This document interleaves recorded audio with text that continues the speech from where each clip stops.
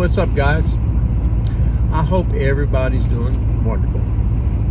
I hope your day has been filled with some joy and some happiness, some things that taught you and that maybe helped you learn some things about yourself and your people around you. But anyway, just had a thought. I was kind of watching something about Jim Carrey and the progression that he's made from obviously being in Living Color and then being all over in movies and being a comedian and all the different things, and then where he's at now, where he's come to be awakened to a lot of truths and a lot of reality that is true reality and not necessarily the illusion that he was living in before. But it got me to thinking about understanding who you are as a human being, as a person that's in this body and a person that's here. And I've discussed a lot of different variables, I guess, of this concept of who we are, because we're all, I think we're all at some point also very confused of who we are and why we're here and what's our purpose. And is this it? What happens when I die? The worries of raising your children and what's your future going to be like? What happens when I get old? Am I going to be in a home? All these different plaguing things that run through our brains. And if you're young, and what is my career? What am I going to do? Am I going to find a spouse? Am I going to get married? Am I going to have kids? Will I be able to afford a house? All the different things that are constantly bombarding us on a daily basis, that give us this sense of that this is our reality, that this is what life's all about. And I will tell you that it really, really isn't. Social media, movies, TVs give you the illusion of that this is what your life's about, which is you're born, you go to school, you do your kindergarten, your preschool, your kindergarten, your first grade, your second grade, all the way up to high school.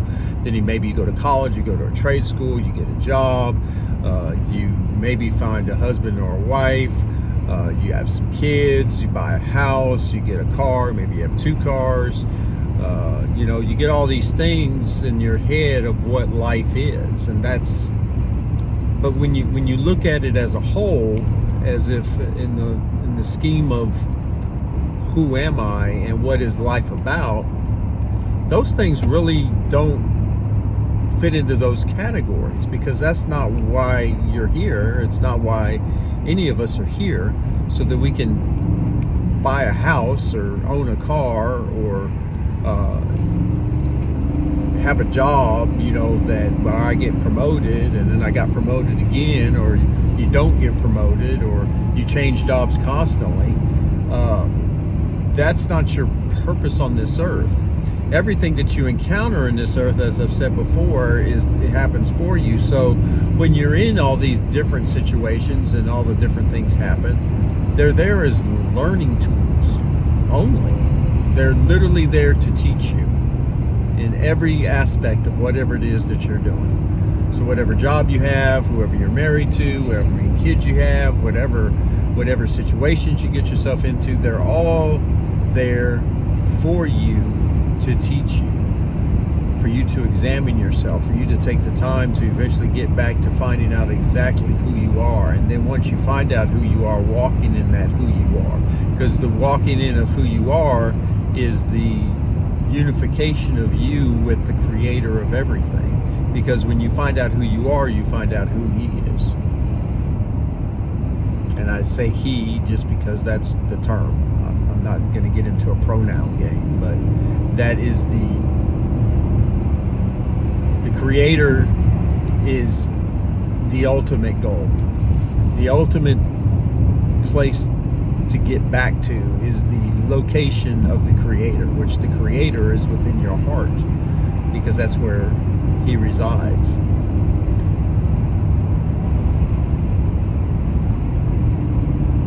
We get so many things thrown at us between TV and the news, and God, and my heart goes out to people who watch the news. it breaks for me, because the way the media, and whether it's, you know, on the television, regular cable or satellite, or whether you get your news over the internet, or whatever way that you're getting whatever it is that you're getting from the world, and if it's coming through social media, whatever it is, all of it is specifically designed to keep you off kilter, to keep you off the track in the way that you should be going. It garners your attention. It throws fear in your face. It throws unrealistic expectations about something that has nothing to do with your life. It's all really just a hugely designed to distract you and to keep you away from the truth of who you are. And I've mentioned this before, that, you know, everything is, most of the stuff, especially that's media oriented, is designed to divide and conquer through fear. And it works very, very well. This whole world that is addicted to the news side of things, and dividing yourselves among liberals and conservatives, and that not just in America, that's like all over the place, is the goofiest thing ever. It is just so goofy that you would rather be upset and angry and divisive towards another person like you, with a spirit that is eternal like you, over something that is extremely temporary, that has no permanency whatsoever.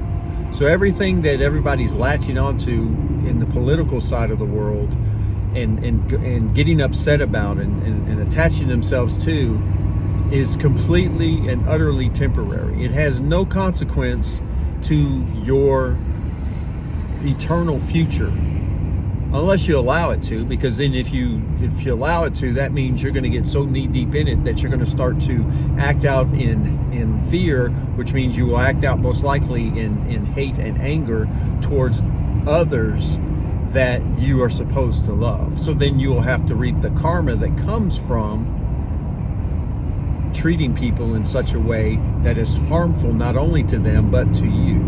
And I'm talking emotionally, spiritually, and physically, because you see the gamut of it. You've seen it through all of the centuries of the constant divisiveness perpetuated to create negativity, so that those who need to feed off of it can feed off of it. And human beings, we fall into this stupid trap all the time. And it doesn't matter where you go, and it doesn't even have to be the news side of it. It can be literally anywhere, at your work area, in your own home. You fall prey to not loving, but striking out in fear. Understand that most anger is fear-based. Fear of loss, fear of insecurities, fear of not being found to be worthy. All these different baseless fears that we can have within us cause a lot of all of the problems we have, period. It's heart-wrenching when you start to think about it, because it's so much time wasted living our lives according to fear. Jesus was purposeful in his way of thinking. His way of thinking was love, period. Unconditional, unadulterated love. And I'm not talking about the ooey gooey. I'm talking about the purposed caring of others, the purposed forgiving of others, the purpose forgiving of yourself. Purposing to do this, purposing to find the amazingness in people, purposing to find a way to help those who don't understand and who are lost and who need the uplifting hand of knowledge that will guide them back to the truth of who they are. Understand this, and I've said this before, and there's probably several videos ago, and if you've never seen them, then I'll say it again, that you came to this planet knowing everything. You're an eternal spirit that came here to correct all the mistakes that you've made over the course of well, you can't even assign time to it, but depending on where your life has been at, whether it's through 1 or 1,000 different times that you've had to come here to deal with your stuff, that we are eternal beings. But we don't realize that. We think that everything is so temporary, in the sense that, you've got this short little 80 to 120 years to deal with your stuff. And if you don't, it's okay, because your sins are forgiven you and you can head on home and you're good. Well, it doesn't really work that way. And I know that's going to make some people upset, but it just doesn't work that way. Think about it in a spiritually logical sense. Does it actually make sense that you are no longer personally held responsible for the choices that you've made? Someone else is. Understand that when Christ came here, the whole purpose of him coming here was to show you the way. That's why he kept saying to follow me. He wanted you to see the light that was within him, so that understand that light is within you as well. And when you would start to understand that the light that was in him is also in you, then you can become the light that everyone else will want to see and become, which is the light within themselves as well. And once a light does a lot of things, but one of the main things it does is illuminate. And so the light will illuminate inside of you all that needs to be shown, all that needs to be rectified, all that needs to be solved, so that eventually you no longer need the light to illuminate what needs to be fixed, because there will be nothing to fix, because it'll be just this gigantic light that now doesn't have the duty of finding out what needs to be corrected. It will just basically become a bright, shining light that illuminates everything around it and brings warmth and peace and love and mercy to all that surround. And that's what Christ did. There's been so many people over the course of the millennials that have stepped into that authority of Christ, to where all they have is mercy, love, kindness, and grace emanating from them. And whenever they come in contact with other people, they bring that to the table for those people, so that they can see there is hope. There is a better way than the way that you think that there is. And I don't really care what religion you're associating yourself with. That's irrelevant. It really, really is irrelevant, because the foundation of who you are originates from love, from the power that created everything, which is love. And that power is the Father, or the Creator, or the Source, or whatever name you want to associate. Understand this, our language is so antiquated in the sense of how it communicates what truth is, because we only can think in this plane that we exist in right now. We can only think in the way that we think, so that we can basically relate to each other. But there was a time, I think the Bible even talks about it, Tower of Babel. Those people were getting close to their heart. They were getting close to the truth of who they were, because they all spoke of one accord and one language, and spiritually they were spiritually knowledgeable, and getting closer and closer to the truth that the Christ, that the Father is part of them and in them. But the God that said that if we don't stop this, they're gonna build a way into heaven, that wasn't the creator of the universe who made that decision. I know. That's why I'm going against the Bible. Yeah, but that wasn't the creator of the universe. That was the God of this world. He didn't want you getting close to the heaven that is within you. Jesus said the kingdom of heaven is within you. They were trying to build not a physical structure. They were building their lives spiritually into heaven. where he's located, where you're located, within your heart. But it was all as one consciousness, one thought process, one means of getting and understanding that we're headed home. But instead, the tower was torn down and the languages were confused so that they could no longer communicate to build the tower to heaven.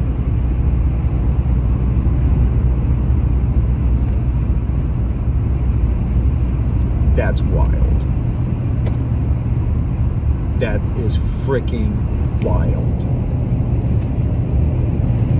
And I don't think that will be preached in a church anywhere anytime soon. Wow. I'm sorry. I have to take that one in myself. That's... wow. That means that in some point in history, there was this opportunity that mankind had to actually know the truth fully about themselves. And the God of this world, which is the negative energy, Satan, whatever name you want to throw at it, did not want that taking place, because that meant that everyone was going to go home. Because they were figuring it out. They were steps away from heaven. And once again, not a physical staircase, not a physical tower, but a spiritual tower into heaven, which once again is within you. Because Jesus said, the kingdom of heaven is within you. It's not without. It's not running around up in space somewhere, which, if that exists. But anyway, another discussion. Wow. I think I might actually just leave it there. That's pretty darn deep. That's a lot to digest right now. That's a lot to digest. Go look that up in your Bible if you have a Bible. Go look that one up on the Tower of Babel and look at it from that perspective. But don't look at it that that's the creator of the universe who's making that decision. Because I want you to think about this. Why would you be mad if you're the creator of the universe, right? You're the creator of the universe. Your children, everyone that you created, everything that you created, is trying to get to you. Okay? And they're building this thing to get to you.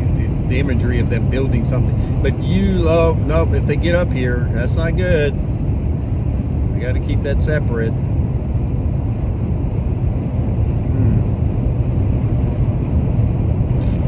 Yeah, I don't think that's the creator. No. That's somebody completely different. Wow. Anyway, so, to summarize, you are so much more. You know my middle name is? You know what it is? Some people know. My middle name is Antoine. I hated it most of my life. Didn't like the sound of it. I didn't like my name. Did not like my middle name. And then one day I decided to look it up to see what did that name actually mean. What does Antoine even mean?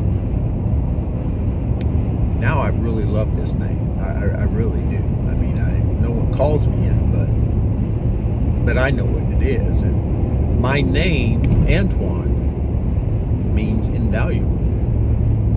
There's no price that can be placed upon me because I'm invaluable. You can't associate me with a number. There's not enough money or material goods to equate to me. What? Is that not incredible? To have a name that means that? Because that's all of us. Everyone's Antoine. Everyone's invaluable. But just like me, I didn't want to recognize my name because I didn't understand the truth that was behind my name. I just didn't like the sound of it. And I think that's most of us in our lives. We don't want to really do the research or dig deep to find out who we are. And in my case, it was a name, but who we are. We'd rather live with the other name, which is my first name, Kevin. And it means something. It means handsome, which is irrelevant of whether you're handsome or not. I mean, there's people who have the name Kevin that are handsome, and people have the name Kevin that aren't. So the name physically doesn't really mean a lot. But the other name has purpose, signifies to all that exists. That one right there, that one, that Antoine one right there, he's invaluable. There's no price that we can even offer for him. Do you hear that? There's no price that can be offered for him. He's invaluable.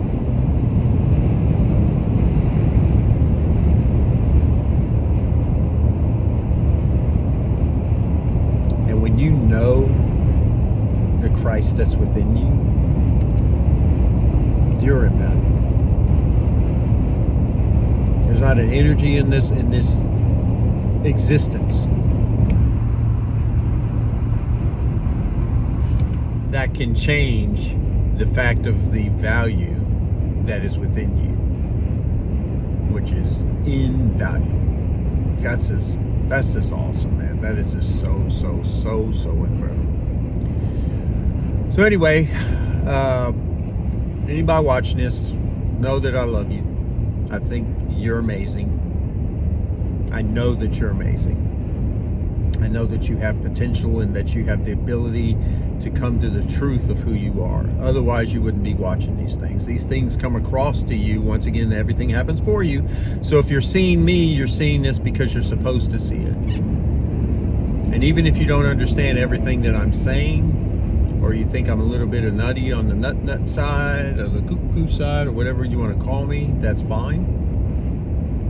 If there's any glimmer of hope or truth that starts to reveal itself to you, then that is what I'm hoping for. Because sparks are what can ignite gigantic fires. And all I need is one spark in your heart to create a fire deep within you that makes you question all things. I was talking to a young lady at work that's searching. I'm very proud of her because she's searching. And she grew up in a home, she grew up in a Christian world, and even I think her family is now searching too, because this is the day and age, even if you're Christian, Muslim, whatever your religion is, you're all asking questions because stuff is not making sense to you anymore. You have this aching feeling deep within your heart that something's not correct, something's missing, something's, even though you got saved, or whatever the other terminologies are used in any other religion to get to some pinnacle point, that something is missing and you don't quite know what it is. And the questions are being asked in your heart constantly now, because you know that there's not enough. Something's missing. And the reason all that's taking place is because it's time. The timer's going off, and people need to have to start asking the questions and seeking for the answers. Seek and ye shall find. Ask and it should be given to you. Knock and the door will be opened. These are all phrases that Jesus used. And there's no greater time in the history of mankind than now to those three things. Because it's happening all over the world. Because people are tired. Their spirits are weary of the falsehoods and the illusions and all the different things that are taking place that shouldn't be taking place because of who we are. but they are taking place because of who we are right now. Not the true who you are, but who you are in this world and how you try to fit into this world. And everybody's has done it. So take heart. Find out truth.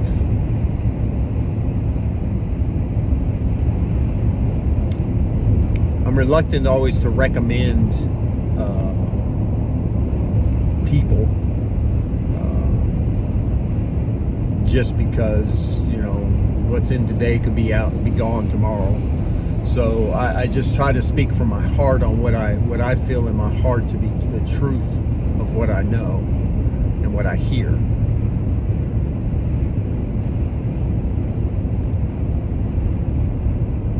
There's a gentleman called Hans Wilhelm. He does a video series called lifeexplained.com, and it can answer so many little questions.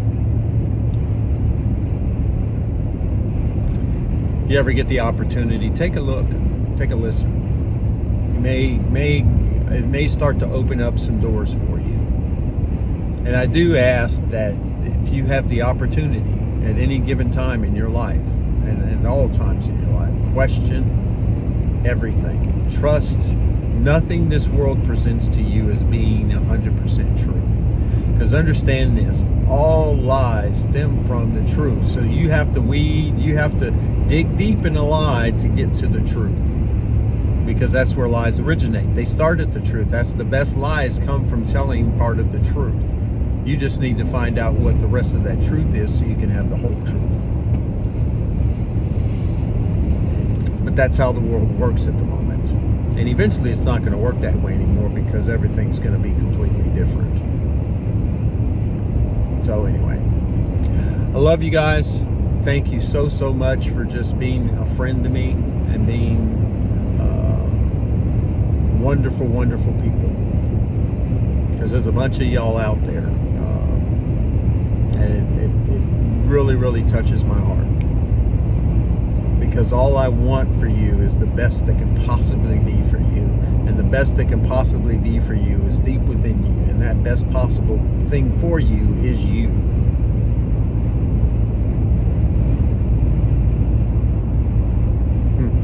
Anyway, love you guys. Peace.